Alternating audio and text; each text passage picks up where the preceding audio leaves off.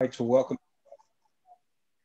yes, we would like to welcome everybody to our meeting this evening. We want to thank you for the time that you've taken out to spend with us. We want to thank all of our committee members, LCD committee members, and for joining us. Following the uh, the lead of our former uh, lead, we want to pause for just a moment for all of those who have lost their lives to this COVID disease. We want to thank God for um, the decision that was made in the Floyd case yesterday, and just want to pray that God would start to reveal to all of us the need to rid ourselves of the racism in this country. So we want to pause just for a minute. We've lost over 568,000 people to this pandemic. Families have been affected. I want to ask God for some compassion, some urgency, and realizing that this thing is not a game. It's nowhere near over. So I'd like to just pause for just for a few minutes before we get started.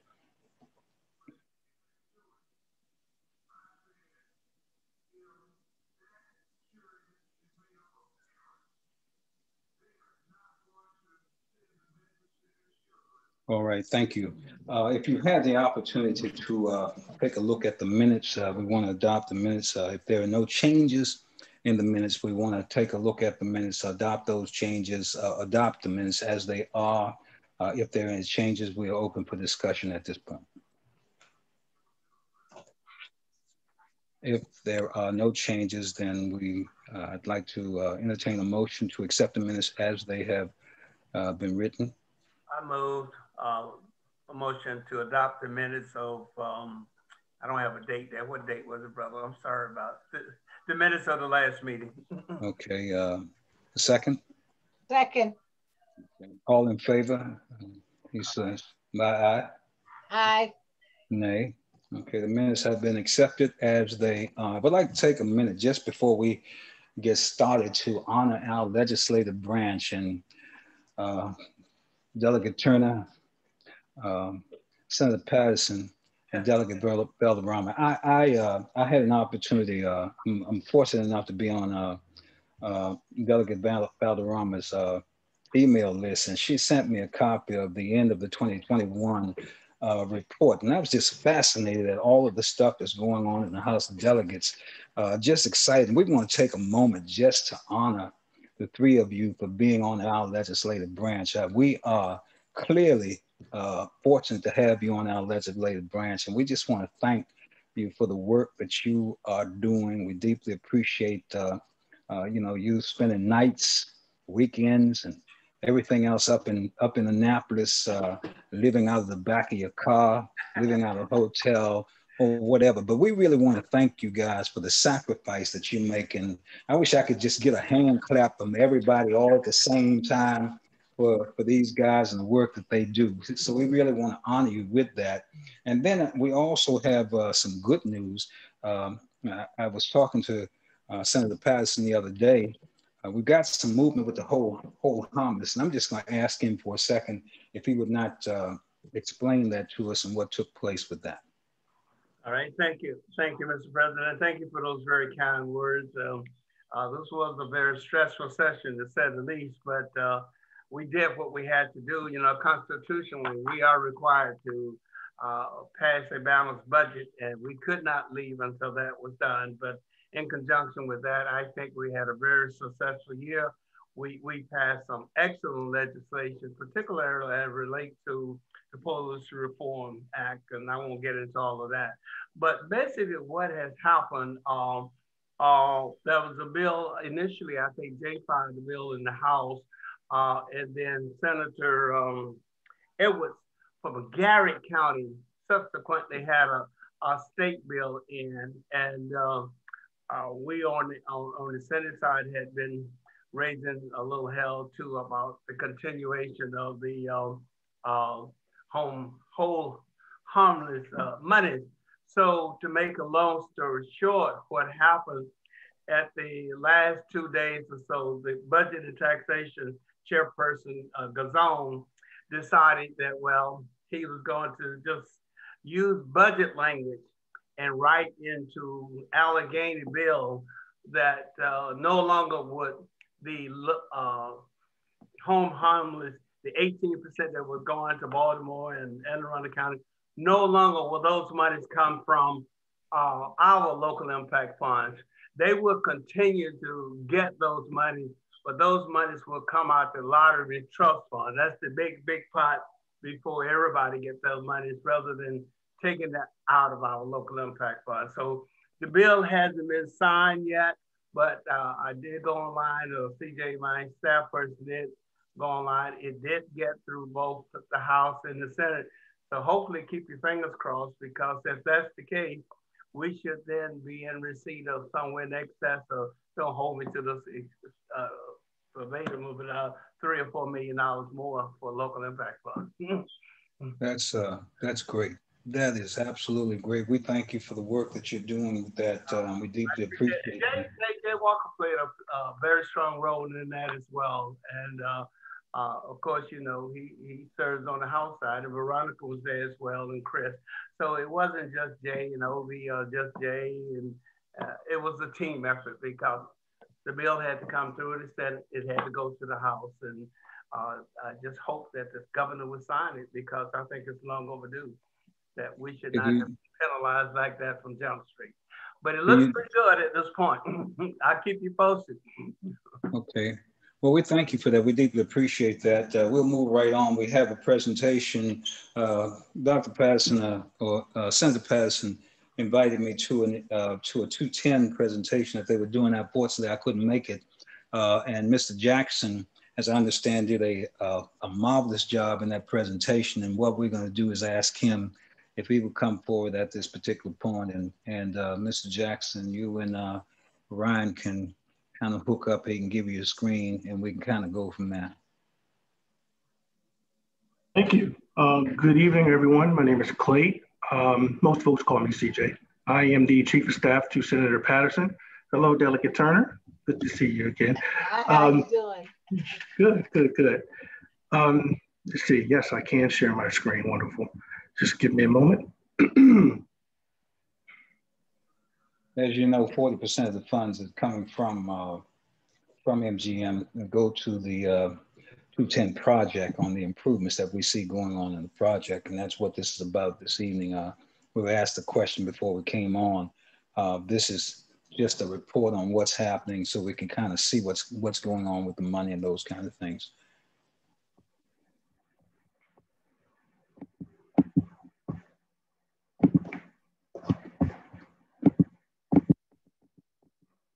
My computer froze. Uh-oh. There we go. Don't know what happened with that. Let's try it again. Okay, can everyone see my screen? Yes. Good. And I want to apologize in advance to Delegate Valderrama and her staff, and Delegate Turner and Senator Patterson. You'll be hearing this again, but I will try to be brief to sum up the meeting from November 12th. A lot of people have been working on safety initiatives for Route 210 for years. And with that in mind, I went into that meeting to try to build on the initiatives that were already in place or being worked on by our delegates from District 26. And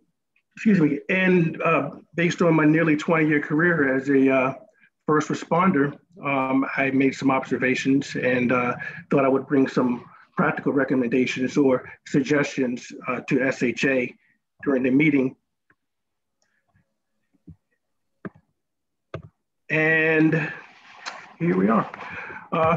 Real quick, they didn't adopt all of the suggestions, just a few of them, and then they promised to work on several others as the years progress. So the first suggestion that we talked about was the speed control Route 210. To complement the speed camera program that already exists, I made recommendations from some traffic control devices that I've seen throughout the state and through my accident investigation history, that some optical illusion bars that are able to be placed in the roadway has a reflexive reaction to drivers and causes people to slow down. And they work exceptionally well. This was my recommendation for Route 210 in both directions, beginning at Old Fort, all the way down through Swan Creek going southbound and northbound going towards Waldorf. This is the area that I'm referring to.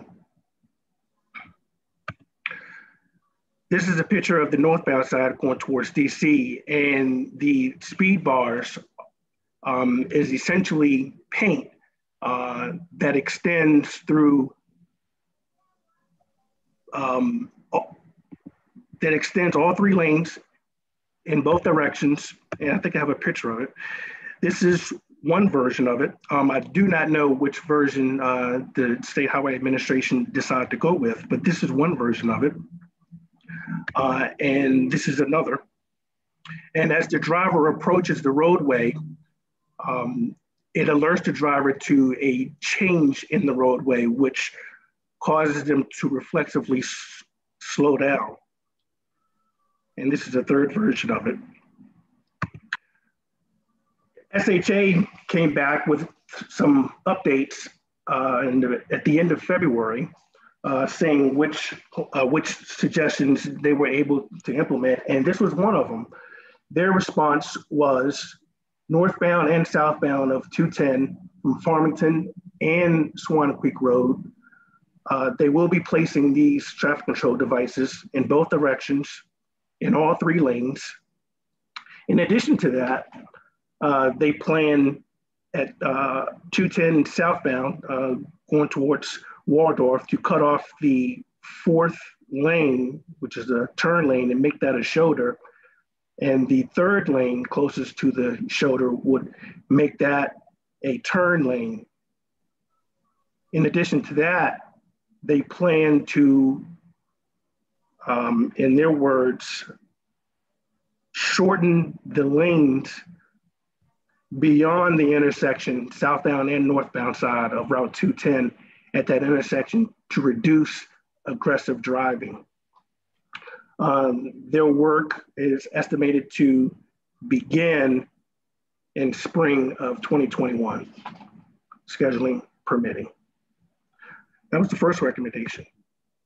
The next were the placement of LED lights along both directions of Route 210 from Old Fort Road nearest the Dunkin' Donuts, which is closer to Berry, all the way to the DC line. In my observations, and I know 495 still uses the old lamp system, but 495 has streetlights on both sides. 210 in some parts have no streetlights on either side, or have streetlights on one side, and maybe a small section has streetlights on both sides. So my recommendation was, of course, LED lights along both sides of Route 210 and in both directions, again, to the DC line. And this is the area that I'm referring to. To refresh everyone's memory, this is an example. This is an LED streetlight that are already placed in certain counties in the state, but they are fairly expensive. I took a picture of my vehicle underneath an LED streetlight and the old lamping system to show you the lighting difference when you compare side by side. This is the lamp version that's currently along Route 210, and this is the LED version. And this is without a flash on my camera. And this is a side-by-side comparison. So these speak for themselves. I don't have to sell these. The state highway administrator did not know that Route 210 didn't have sufficient lighting, and they vowed to make it a priority to begin installation of LED streetlights. In their update to me, they responded that it was cost prohibitive to install streetlights along the 3-mile span of Route 210. What they did say, what they could do in the immediate was to install these LED streetlights at 495 and 210 to the DC line, basically in Forest Heights. We didn't have a chance to follow up with them because they canceled the February meeting due to several of the staff members who were in the November meeting being reassigned, but this is an issue that we intend to bring back up in June. So if we can't get an extended portion of 210 equipped with LED lights this year, perhaps there's a plan we can work on it and slowly phase certain sections in over the coming years.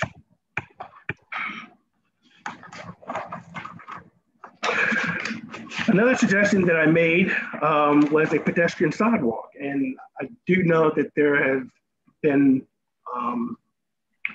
a sort of hesitancy of putting a sidewalk on Route 210 because the true intention, at least when 210 was first designed, was to be an expressway or a highway. The recent development through from residential and also business-wise, including the MGM, it kind of converted into something else, converted into an urban street as well as a highway, where it draws a lot of pedestrian traffic. So I wasn't sure where we would get with this, but I thought I would bring up the idea because we do it already. My suggestion was to at least begin a sidewalk from Palmer Road up to the MGM, and it can be safely done. We will place the sidewalk on the southbound side, all the way up again to the MGM. And just as I was taking my pictures, we see the reason why this could be important. It's impossible to stop people from walking along 210. And I caught this gentleman doing just that as I was making my observations. We have erected a sidewalk along a busy portion of Prince George's County already in case there was an idea that we couldn't do it safely, and that's at the Woodrow Wilson Bridge. And the State Highway Administration designed it along with DC and Virginia, with Jersey barriers on both sides leading up to the bridge, and also your steel barriers on one side and Jersey barriers on the other, where hundreds of pedestrians, perhaps thousands, cross the Woodrow Wilson Bridge every day. State Highway Administration advised that the way that Route 210 is currently designed, it doesn't lend itself to the idea of a pedestrian sidewalk at this moment. And again, we didn't get a chance to follow up with them on why or if they had any other ideas. We'll explore that in June. Another safety issue is the intersection of Livingston Road and Forest Heights at Route 210. One, it's extremely dark there, leading from 495 to Livingston Road, where the McDonald's is on the corner. This is where the streetlights, the LED streetlights would definitely come in handy. I believe we had 2 fatal pedestrian accidents here last summer. So hopefully it would help in that matter. One of the most important issues is the crosswalk here crossing to and from Henry's Cafe. It's very difficult to cross here. And also the crosswalk leading to the elementary school in Forest Heights. So my idea was to erect a pedestrian bridge. Of course, I knew that wasn't going to fly. What SHA, what SHA came back with is to reconfigure the streetlights at 210 and Livingston Road here to make it a pedestrian lead first, which means we'll give pedestrians several seconds to cross first, and then cars would begin to cross. And at the school crossing, as you can see, these the pedestrian crosswalk signals do not work, which is a major issue here. And I knew that this was a sore point for Senator Patterson and these kids having to walk across the street every morning and every afternoon. So my other suggestion was to make an interactive crosswalk here. And we have these in a couple of locations in Prince George's County already. One is in front of Greater Southeast Hospital, I believe it's called United Medical Center now, which is on Southern Avenue. But of course, Southern Avenue is controlled by DC. But this is how it looks. And they're interactive in such that when a pedestrian walks up to the light, you can hit the crosswalk, the lights activate, they start flashing yellow to signal to the motorist that the light is getting ready to change, and then it turns red, as you see here, and vehicles stop to allow pedestrians to walk across the street. They've agreed to install this at the location where the elementary school is. The other location where this is, if you're familiar with Pennsylvania Avenue Extended, is there between Donnell Drive and I believe that's Walters Lane, right next to Forestville Mall.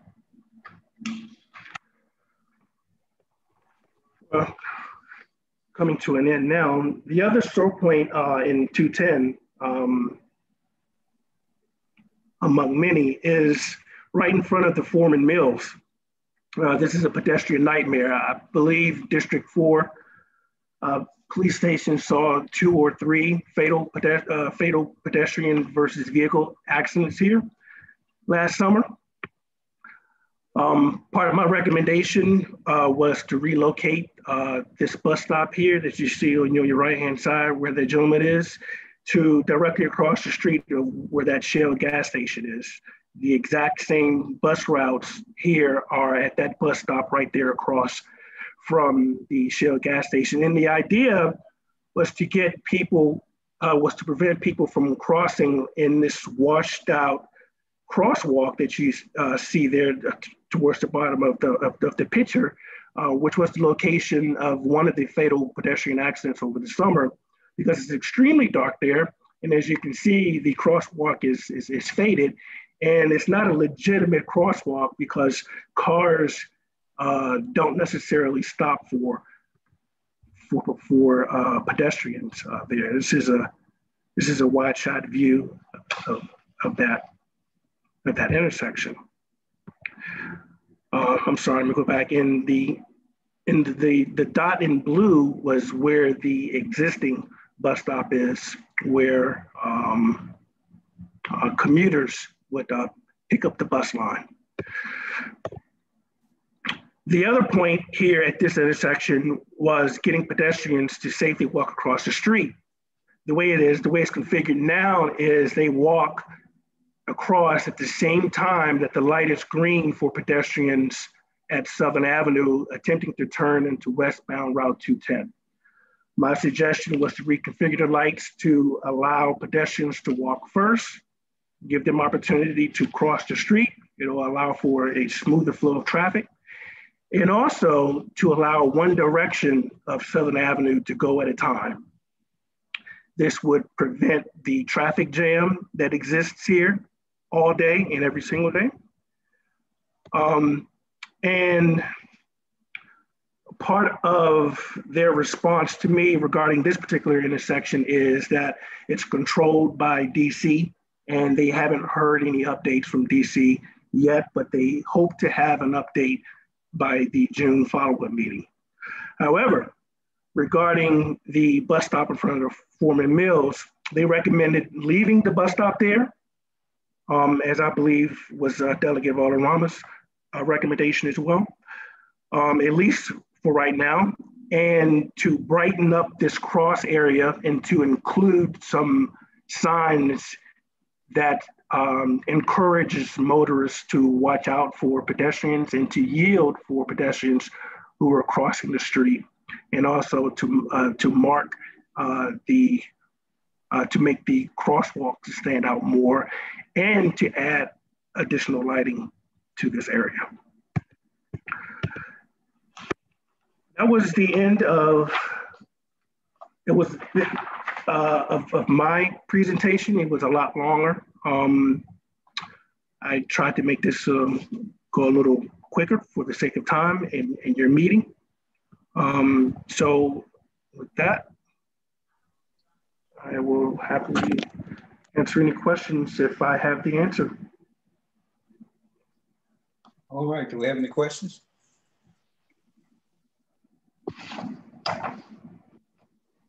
Okay, Mr. Jackson. I have a question. Go ahead.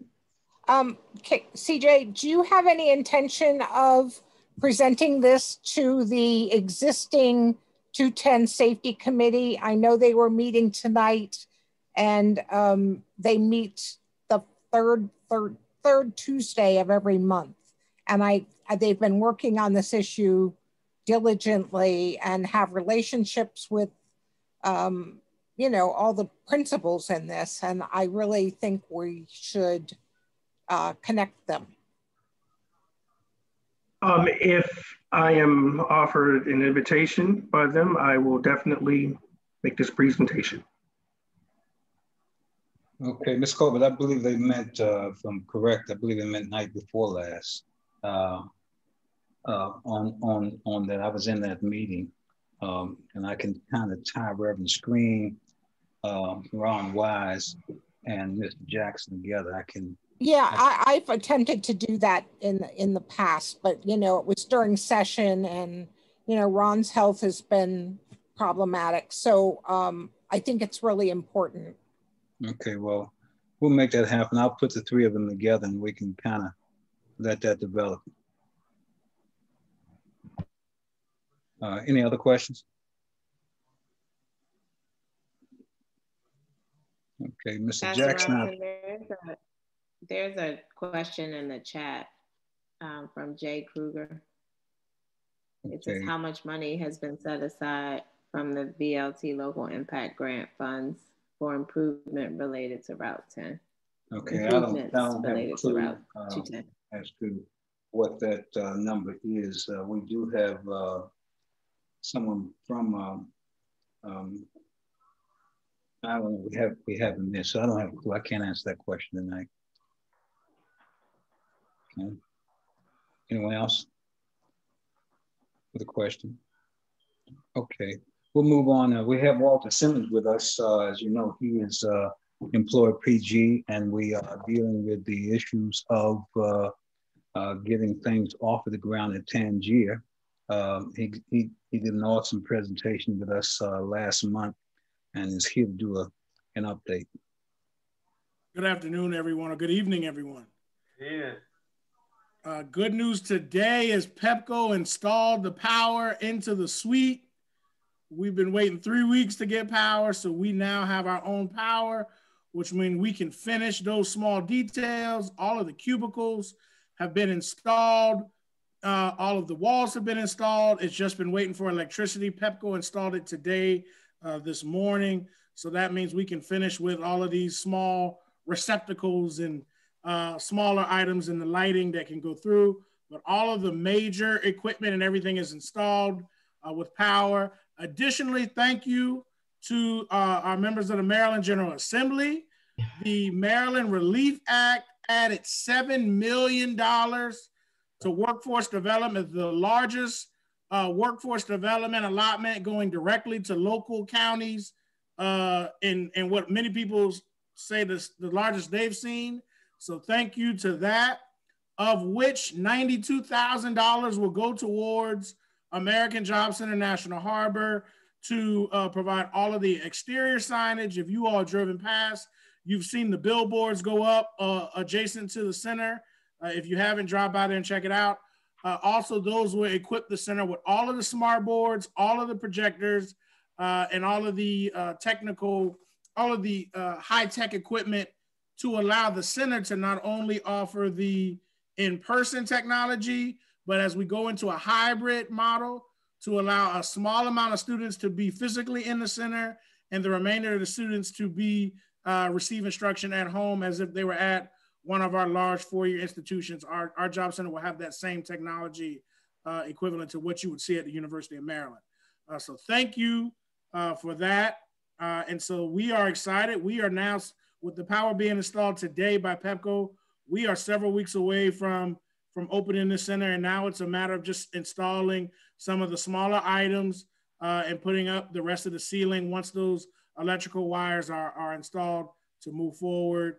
And then that $92,000 that's going to go towards technology is really going to take our center to a higher standard and expand access to services to those who can't be physically in the center. That's it. Thank you. Well, I think it's just about 300,000, a little over 300,000 that comes out of the LDC funds. It goes to Walter and his project. Anybody have any questions? Yes, wonderful. Good news. Thank you. Yes. Thank you, Walter. We deeply appreciate it, sir. You've been doing a yeoman job. As you know, I'm on your coattail probably every other week over there. So we're excited about what you're doing over there, and we deeply appreciate that. Yeah, and to end, Pastor Robinson, for those, we are also adding in January a mobile job center. It will be operational in January 2022. That is, basically it'll have 6 stations inside of it. So again, I can put my contact information as we move forward into next calendar year. If you have an event, community event, nonprofit event, church event, starting in January, you will be able to have basically a functional job center at your event. Or if you want to do a job fair at a community event, we will be able to have the employers on site in the unit doing interviews. The unit will be, at the bottom of the unit, will have tables and chairs along with our awning so that people will be able to sit outside of the unit while they're doing their resumes or to wait, and the employers will be inside of the unit doing interviews. So please email me. As you all know, community events happen all the time. So we've already received close to 10 to 15 requests for 2022, and it's only April of 2021. So I'm asking everyone, if you have events that you know will take place, even if you don't even know the exact date, but you might know the month or area that take place every year, and you want that mobile unit, please email me. Since when we announced this last week, we already received about 10 requests for 2022. So by January, when the unit has arrived, I can expect it'll probably be booked throughout the year. So I advise you all, if you know of anything or have a close to knowledge of the date, go ahead and send it to me. Thank you, Walter. We appreciate it. We're going to move right along. As you remember, last month we set up an emergency meeting for repurposing. And probably about 15 minutes before that meeting occurred, we had to cancel as a result of Chaka DeFlores no longer being with the agency. She left that position, and of course, it put us in a real tizzy. And I think that they realized that this is a bit more important than they understood. So that She left that position. It left a huge void. Right now, we are in the throes of doing interviews for someone to fill her position. But that was the reason why we had to cancel that meeting. When it's thrown everything behind, we had to do a lot of different things. And we're still not out of the hole yet, but we're working to come out of that. Now, I would assume that we will be back up to speed by this time next month. I mailed out we sent out, Shaka sent out a request for repurposing because of the COVID situation. And we started to get letters back in from a number of the 2020 grantees to repurpose the funds. And what I sent out to you this afternoon was from Dr. Lattimore in the Oversight Committee, and her recommendations on, I think it's three different grantees for repurposing. She has already gone through the process with her staff to vet these, and of course we will have to vote on all three of those. So if you don't have any questions, we can move right forward into voting on her recommendations if no one has questions. Okay, all three of those you received this afternoon about 3 o'clock. Is there a motion to accept the repurpose for these three organizations as they exist? Do I have a motion? Chair, would it be too much of a problem to just give us a little one-liner what the three projects all about? Okay, yeah. I was out most of the afternoon. I had not gotten back into my computer until I told Dr. Lattimore we'd probably get a question from you. So I'm just joking, sir. I'm just joking. Dr. Lattimore? Yes, good evening, everyone. So we had three grants, and they needed to repurpose the money mainly because of the pandemic. So some of these programs, one was a PTA leadership program where they would have the parents to get involved. It was an initiative to have the parents become involved in the schools by having various activities, and then the parents would be assigned a certain amount of points.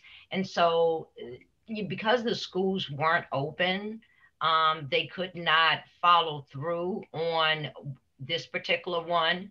And I think the main goal for the Prince George's County Public School System is that they were trying to initiate and roll out this virtual learning. So, you know, they were trying to get the schools, the computers to everyone, trying to get students to learn online, those that were less fortunate, that did not have cable and things of that nature. So pretty much a lot of these programs were put on the back burner. They could not, you know, go forward with them either because the schools were not open. A lot of these programs, you know, were done in person. There was another one for the Greater Oxon Hill Community Development Corporation where they would do resident relief program. And for that one, the resident relief program, they would give up to $300 for utilities and rent to those that were less fortunate or lost their jobs. So they didn't have a system set up where they would determine who would get, you know, what amount of money to take in receipts to validate and verify that those individuals truly did need the money.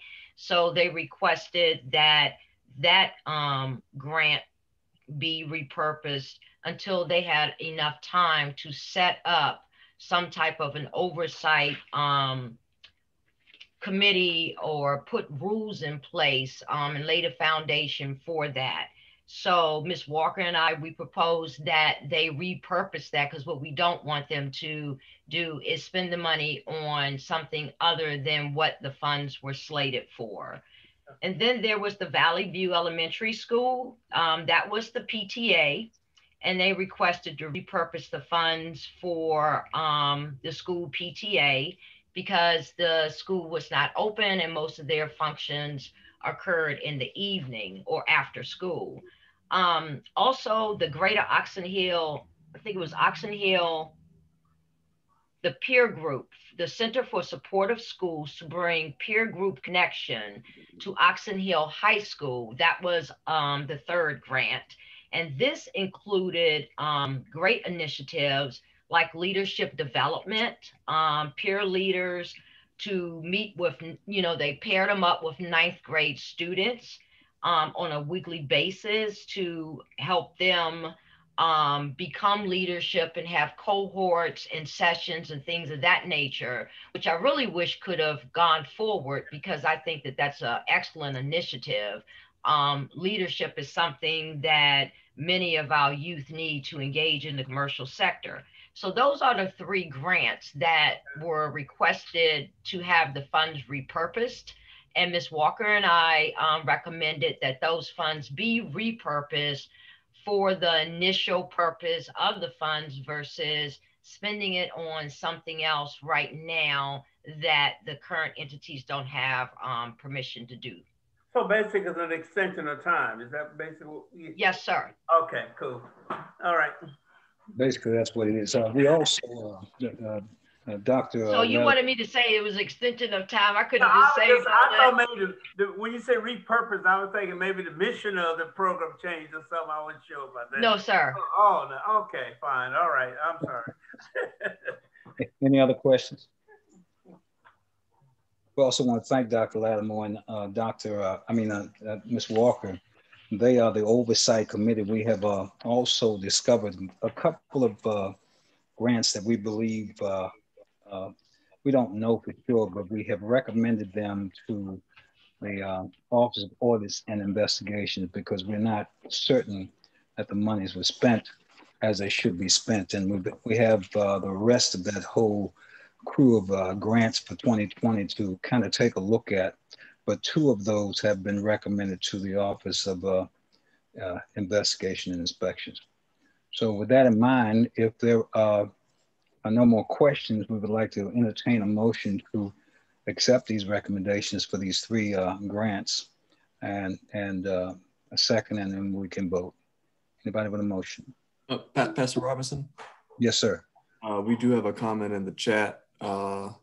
Hello, this is Cynthia from Greater Oxon Hill CDC. I thought we submitted the resolution as well as the application we would utilize to support our repurpose request. I would be more than happy to resubmit our plan. I just wanted to make sure. Okay, well, we did have a situation with Shaka's exit. Things just kind of dropped in the hole. So we will be back to you as quickly as we can. We're still trying to access those files. Some of her files were deleted just after she left. So we may have to send that letter out again to all of you. So if you would like to reach out to Dr. Lattimore, we can kind of talk with you about that. So the file was deleted, so we lost some information. So we'll have to go back over it again. So please just be patient. We will definitely get to you with respect to the idea of repurposing and have you submitted to the oversight committee, ma'am. Yes, ma'am. Yes, ma'am. Okay. Anyone else? Okay. A motion's on the table. Motion's on the table. Do I have a second? Second. Second. All in favor? Aye. Aye. Aye. Okay, the ayes have it, so we can accept those invitations as they are. Thank you very much. Now, we want to move on to the update for the fiscal 2021 grant cycle. After the approval of the multi-year spending plan, we put out a press release on March 19. The workshop was on the 31st. We had a large group at the workshop. The grants submissions were due on April 16th. We received 26 requests for grants. 12 of those were denied because of the information being incomplete. So we're in the process of Office of Management and Budget doing their thing. They will in turn send them to us once they're finished. And of course, Ms. Kimberly Hall, who is the chair of the subcommittee for the selection committee, they will make their decisions as to who gets through the process. With that in mind, that's Ms. McKinley, do you have anything that you would like to add? Sure, thank you, Pastor Robinson. So it does look like 14 of the applicants are completed and in the in that pile for us to move forward to review. So the subcommittee will be getting together over the next couple of weeks. I think from a timeline perspective, May 7th is where we are tracking to have kind of an initial read and reaction, or review, I should say, of those 14 applicants. So I will be reaching out to my two committee members, Dr. Lattimore and Ms. Walker, I'll be reaching out this week so that we can get together next week and the following week to meet that deadline. One question, Co-Chair Mary, are you also, should I be reaching out to you as well to get together? Yes, please do. I would like to participate. Okay, I thought so. So I'll be doing that. So please be on the lookout. But yeah, so Pastor Robinson, I think we have what we need. I saw where Dr. Lattimore has access to the shared drive with all of the files there. Do you, Takesha, have access to that as well? If not, we can work offline clearly, but I'll make sure everybody on the committee has it. This year, we're moving to a virtual platform. So we'll be doing soft copies of everything. Normally we meet up with a bunch of hard copies, and we're not doing that. So we'll make sure that everybody has access to those, and I'll get them to you, Pastor Robinson, as well. But I think we are with the 14. Okay. Ryan, Ms. Mann just put a question in the chat box. Is there a designated site that I should be checking to upgrade in regards to the grants? Do we have that in place at this point? Is that question related to the current grant process or the repurposing process? I think it's the current. Well, she asked a question about repurposing. Miss Mann. Okay, the current. The current. No, there isn't a dedicated site for the current grant process, but we will be in touch electronically with notifying organizations whether or not they've made it through the OMB review process, and whether or not their application will be forwarded onto the LDC for consideration. Okay. The reason I asked is because at the last meeting, at the March meeting, you all had not figured out the date or the timeline, and somehow or another, I missed the announcement of the grant. And so therefore, I've missed the whole process this time. So I'm thinking, was there a particular place I should have been looking once the announcement was made? Because I don't recall getting a letter directly. I'm not sure how you all make the announcement, but somehow I did miss that announcement. Well, the timeline for the entire process is listed on the LDC's website. Okay. Yeah, so you can feel free to go there. If you have trouble finding it, just let me know, and we'll make sure that we get that to you. Okay.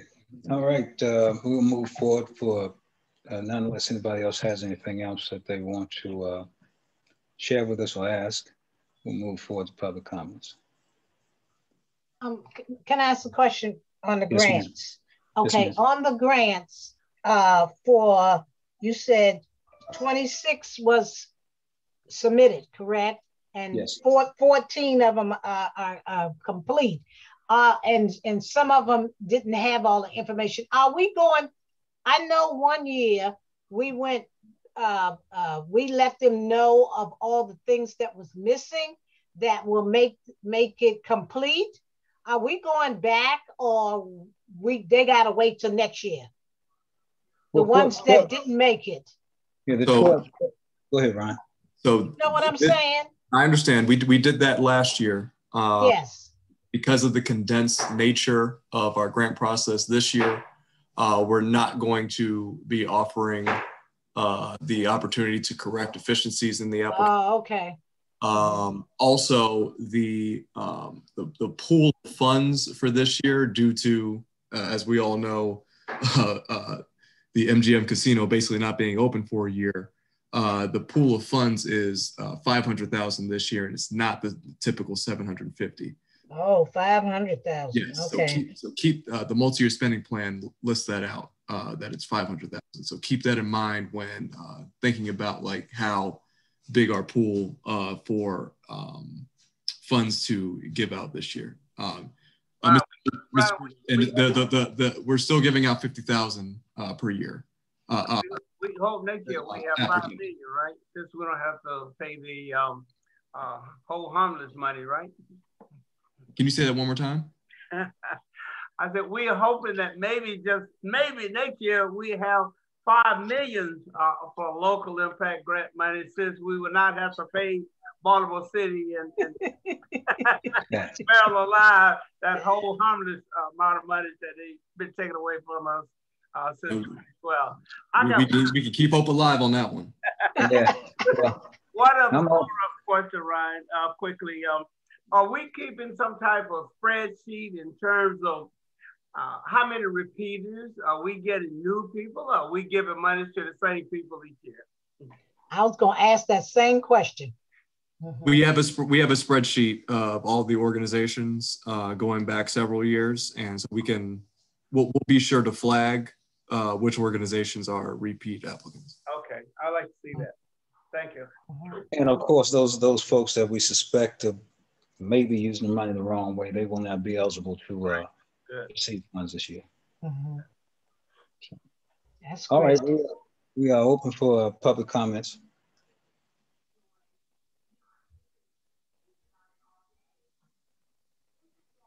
Miss Mann, we will reach out to you just as soon as we can. Don't feel like you're being ignored. We have your name, and we will actually be reaching out to you this week. I'll have Ms. Hall or Dr. Lattimore to reach out to you this week. Thank you so much. Yes, ma'am. All right. If we have no more comments, I will take a motion to adjourn. So move. Oh, so move. All in favor? Aye. Aye.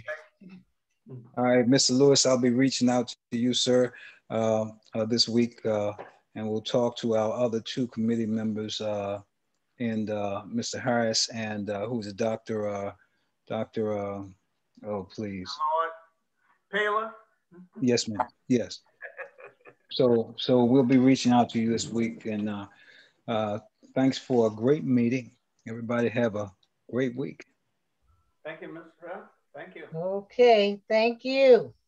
Yes, ma'am. Thank you. Good night.